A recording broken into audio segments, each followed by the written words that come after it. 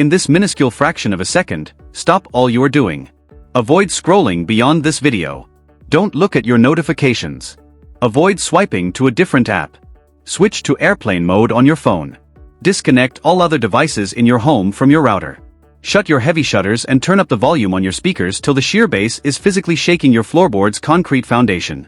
Because the European tennis establishment attempted to set up an impenetrable trap for our daughter, only to watch as their grand plan was ruthlessly destroyed right in front of them. You just cannot afford to miss a single second of this breakdown if you are a true, devoted and loyal member of the Eala army, because what transpired at the Lindt Open in Austria was more than just a tennis tournament. The takeover was hostile. It was a brutal, indisputable, and mathematically perfect reality check. Let's take a moment to consider the headline that is currently flashing throughout the world: Alexandra Eala versus Julia Grabher. Nobody predicted this victory. This was not anticipated. That's precisely what the mainstream sports media in the United States and Europe, the scared billionaire CEOs in the corporate boardrooms, and the seasoned fearful veterans lurking in the shadows of the WTA locker room want you to think. They want to promote the idea that Eala's incredible, devastating triumph over an Austrian veteran was a statistical oddity or some sort of freak accident. To your face, they are lying. They are lying to you outright, blatantly, and thoroughly. And we're going to reveal the complete, unvarnished, horrifying truth about this particular match today on this channel. We need to discuss the arrangement, therefore we're going to tear off the tennis establishment's mask. We must discuss the utter disrespect Alexandra Eala encountered when she entered this particular competition. The Lindt Open is celebrating its 35th anniversary today. In Austria, it is a huge, historic, and much celebrated occasion. What actions did the organizers take this year? They made a huge, unheard-of, well-thought-out alteration. They brought in 100 tons of heavy, harsh, and severe European clay and utterly destroyed the conventional hard courts. In the center of the city, they constructed a makeshift clay court coliseum. Why? You'll be fed a sanitized PR message by the media, which will claim it's customary. Let's examine the harsh, cold fact though.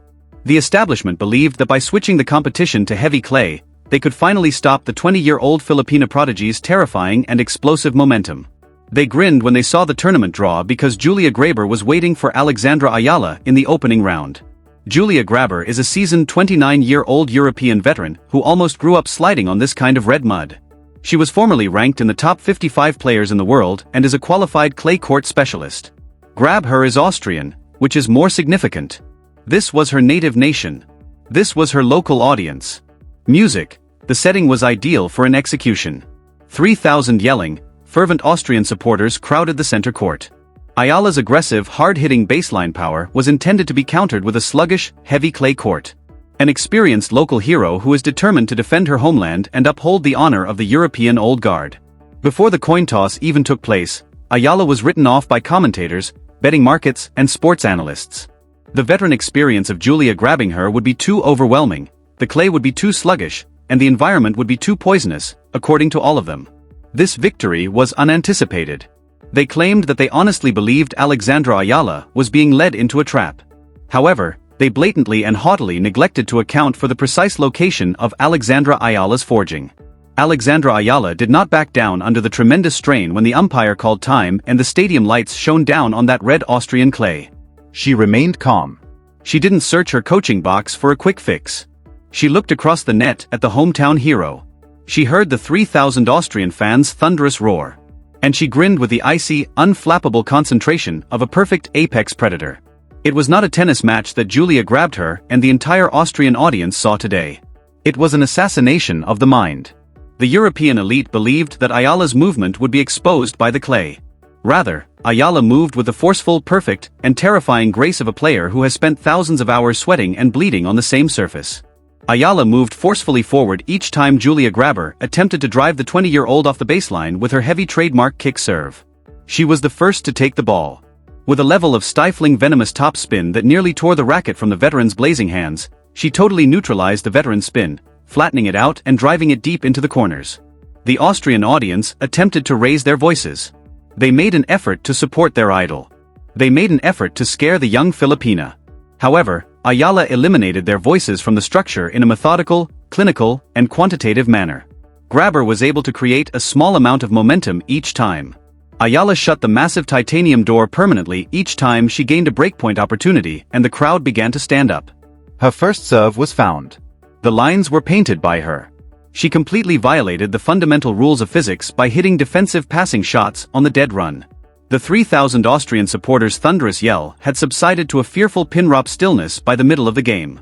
The hometown hero's weary, heavy breathing was audible throughout the arena. Grabher's resolve to fight in front of her own people was utterly and fundamentally broken by Eala. No one anticipated this, according to the media. How insulting to our warrior, how sickeningly disrespectful. Do they really believe that you can put a top-tier Rafael Nadal Academy graduate on a clay court and expect her to lose? The Mallorca Academy is not an opulent country club. Built on the harshest, most merciless red clay on earth, it is a military boot camp for tennis terminators.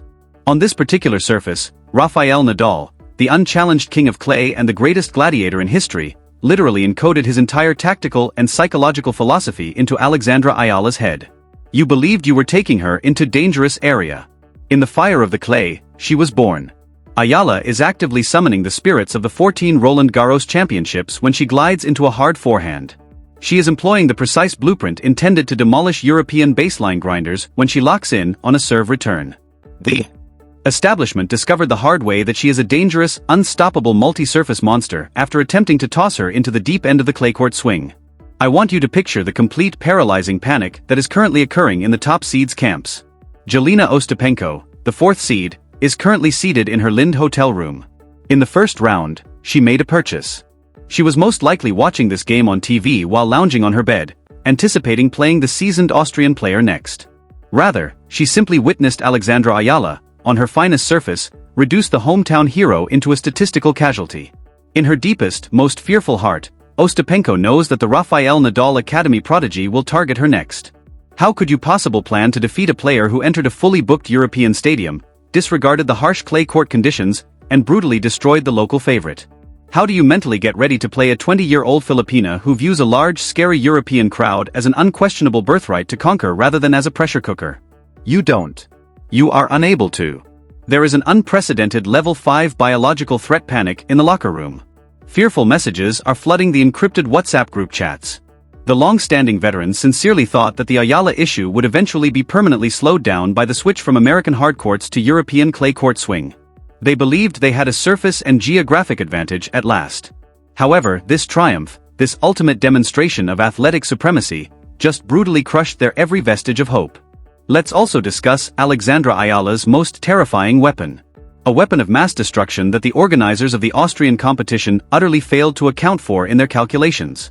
The army of Eala. Alexandra Eala does not emerge from the tunnel as a lone tennis player. With almost 115 million Filipinos standing directly behind her baseline, she walks out there with the overwhelming, unshakable, intensely passionate, and rabid support of the Filipino people. On live broadcast, the commentators were in disbelief.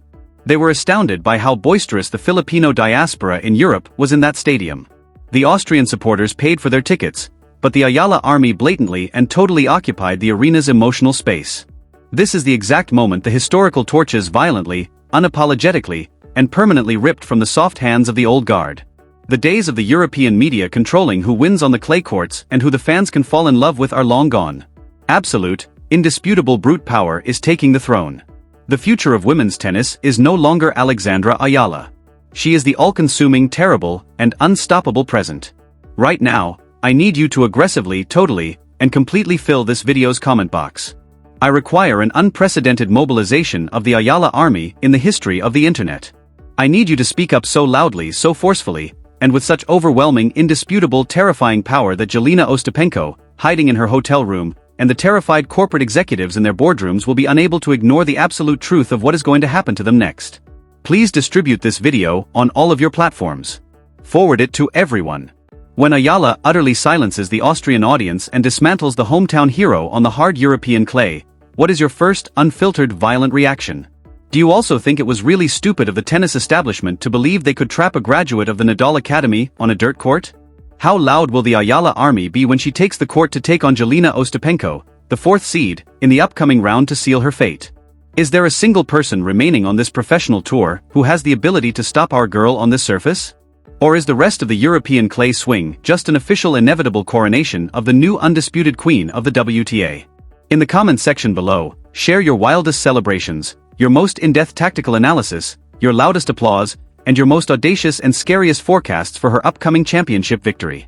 There won't be a revolution. The revolution has already begun. On their own clay courts, the establishment is reduced to ashes. And the world is officially taken over by Alexandra Eala today.